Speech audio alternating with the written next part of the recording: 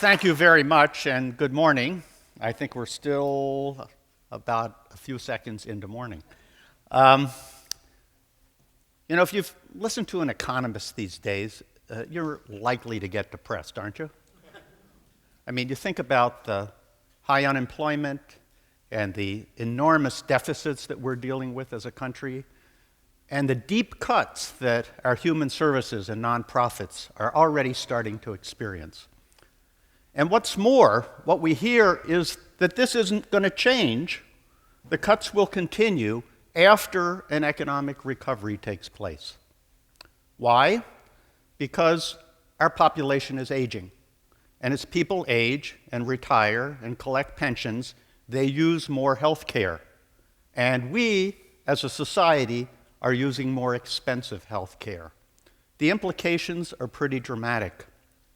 We can expect over the next 20 to 25 years continuing cuts in human service support for discretionary items. Now, what's discretionary? Anti-poverty programs, job training programs, the entire higher ed system, workforce development, even early childhood education. The economists call this the new normal. You've probably heard about it already. We in the nonprofit world think of it as death by 1,000 cuts. Now, I'd like you to suspend reality for a moment and think of another scenario, one in which the nonprofits in your community have the resources they need to deal with their clients, where taxpayers actually feel pretty good about how government is spending their money.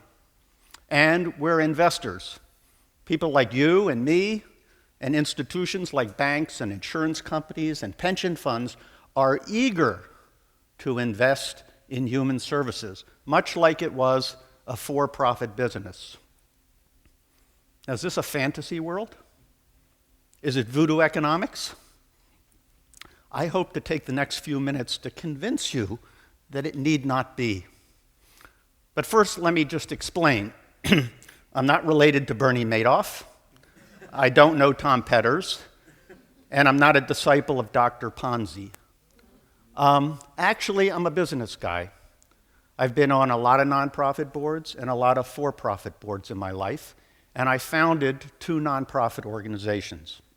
One of them, Twin Cities Rise, is an anti-poverty program that deals with some of the most difficult people to employ, especially African American men who have criminal records.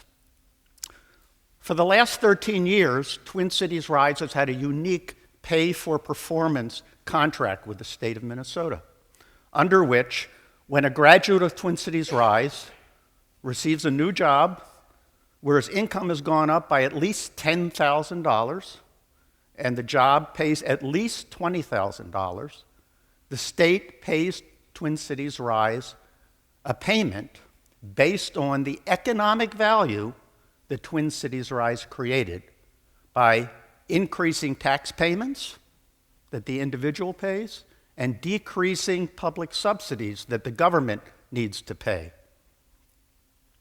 This economic model has taught us a number of lessons over these 13 years.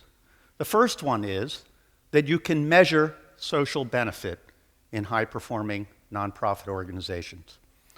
The second lesson is that you can create economic value from the social benefit the nonprofits create.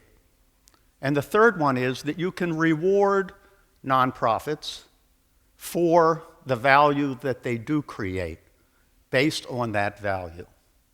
Over the last 13 years, Twin Cities Rise has created $34 million of cash value to the state of Minnesota for an investment on the state's part of about $4.5 million. That's a return of $7 for every $1 the states have invested, or a return on investment of 624%.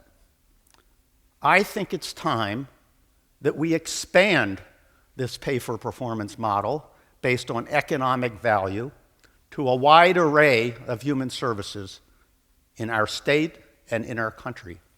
And furthermore, that we attract private investors to invest in it. Now, how's all that going to happen? The specific idea I want to talk to you about is called the Human Capital Performance Bond. And while it's a new idea, it's based on two proven concepts. The first one is pay for performance based on economic value. And the second idea is the ability of a state to borrow in the marketplace using its bonding capacity. So, what is it? A human capital performance bond is a state AA bond that funds human services.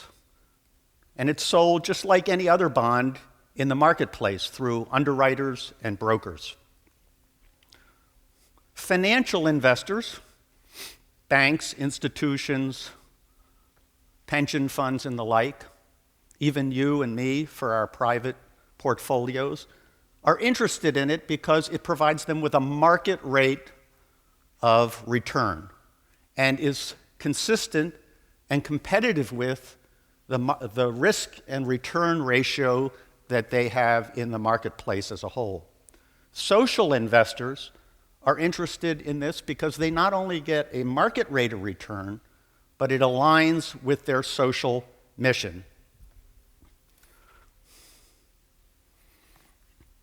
Why does it work? It works, as we showed with the Twin Cities Rise example. High-performing nonprofits create social benefit. And that social benefit creates economic value in the form of higher tax receipts and lower entitlement spending and direct costs like corrections. And economic value that high-performing nonprofits create exceeds the cost of the state's cost of borrowing. The state pays interest, it repays principal, and it pays administrative costs. If the economic value is higher than that, this works. Now let me give you an example. The state would sell a bond to a private investor. The investor would provide it with cash.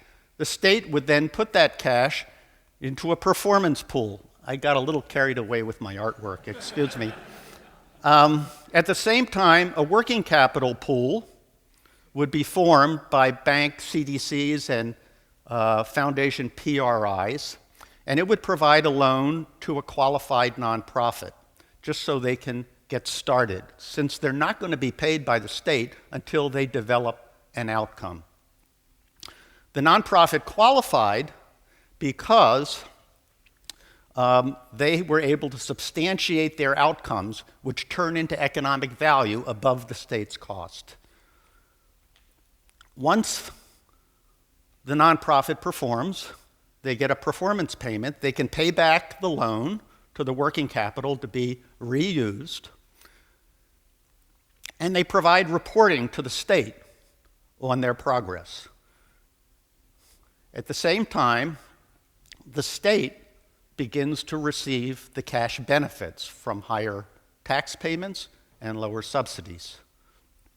And finally, the state uses that captured cash to pay the interest and principal back to the investor.